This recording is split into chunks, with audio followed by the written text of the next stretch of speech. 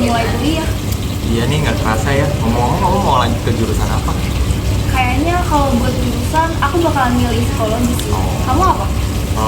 Kalau aku juga sih masih sebenarnya bingung. Cuma keluarga aku nyuruh aku masuk STAN karena keluarga aku banyak yang masuk STAN juga. Tapi aku jujur masih bingung juga sih jurusan apa yang mau aku ambil. Terus juga aku juga masih bingung sebenarnya aku masuk STAN itu atas kemauan diri sendiri atau orang tua. Terus juga aku masih bertanya-tanya eksistensi aku dalam keluarga itu sebenarnya apa sih. Terus semua itu tuh mendorong aku buat tahu sebenarnya eksistensialisme manusia itu apa.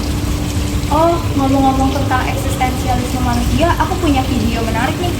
Mau nonton nggak? Yuk. Boleh, coba lihat.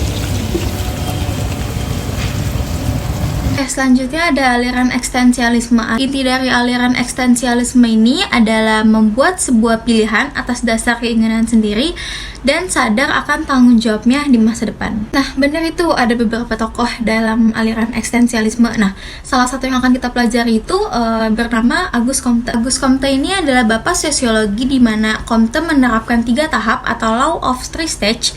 Yang pertama yang akan kita pelajari itu adalah teologis. Teologis itu adalah mempercayai adanya kekuatan-kekuatan supranatural yang muncul dari kekuatan zat adik trodati. Nah, yang kedua itu ada metafisis. Metafisis itu disebut juga fase transisi.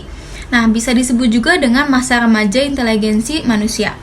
Nah, yang ketiga itu adalah tahap positif. Positif itu disebut juga dengan tahap terakhir, di mana bisa disebut juga dengan masa dewasa inteligensi manusia.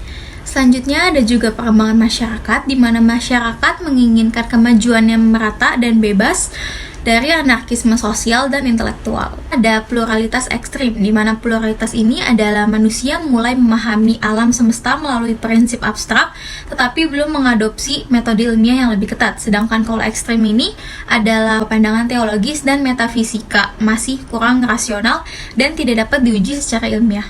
Tokoh selanjutnya ada Søren Kierkegaard, merupakan salah satu filsuf yang memukakan 2 pemikiran, yaitu pertama tentang manusia, di mana pemikiran ini menekankan pentingnya bereksistensi bersama dalam diri seseorang, dan yang kedua pandangan eksistensi yang sebenarnya yang dibagi menjadi 3 bentuk.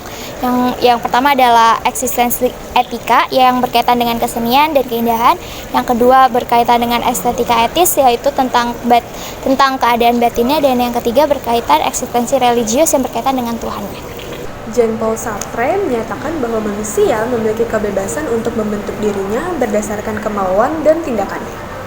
Meskipun keadaan hidup manusia tidak memiliki arti yang cukup jelas, Sartre percaya bahwa manusia tetap dapat hidup berdasarkan integritas, keluhuran budi, dan keberanian.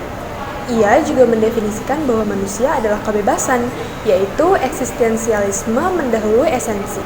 Maksudnya, setelah manusia mati, baru deh bisa diidentifikasi ciri-ciri manusia.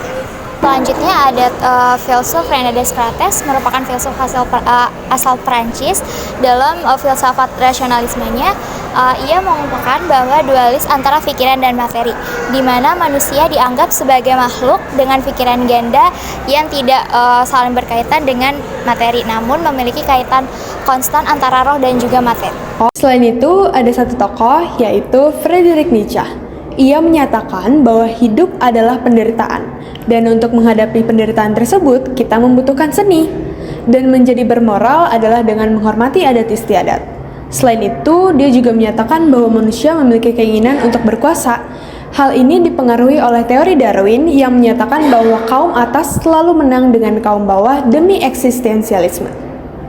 Tokoh selanjutnya yaitu ada Husserl yang merupakan kelahiran dari Ceko, di mana dengan 3 gagasan yang dikemukakan.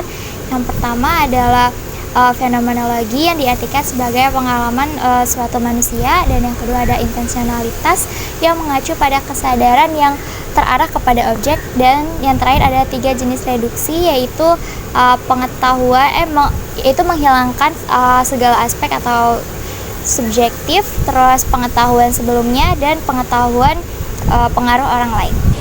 Nah, pesan moral yang aku dapat dari video eksistensialisme manusia tadi, bahwa tuh makna kehidupan diperoleh melalui kebebasan dan tanggung jawab pribadi kita. Terus tuh nanti manusia bakal dihadapin sama keterbukaan pilihan dan pilihan menentukan. Jadi tuh nanti manusia bakalan bentuk sendiri sendiri esensi dan nilai-nilai buat kehidupan mereka sendiri.